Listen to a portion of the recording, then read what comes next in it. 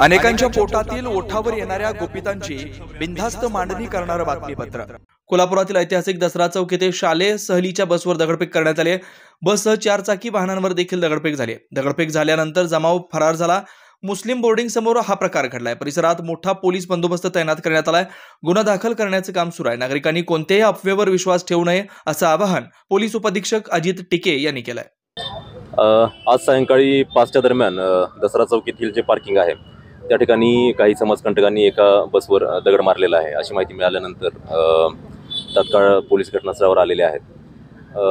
या घटनेचं गुन्हा दाखल करण्याचं काम आता चालू आहे। आरोपींचा पण शोध घेण्याकामी विविध जे टीम आहेत ते रवाना केलेले आहेत। येथील CCTV असेल किंवा इतर माहिती असेल त्या माध्यमातून तात्काळ आरोपींचा शोध घेऊन त्यांना सुद्धा अटक करण्यात येईल, त्यांच्यावर योग्य ती कारवाई करण्यात येईल। तसेच या घटनेच्या पार्श्वभूमीवर कोल्हापूरमधील शहरवासियांना माझं आव्हान आहे की कुठल्याही अफवेवर विश्वास ठेवू नये। कुठलीही माहिती आपल्यापर्यंत आल्यानंतर प्रशासनाशी संपर्क साधावा, त्याची खरी खोटी शहानिशा करावी आणि कुठलीही अफवा पसरवू नये।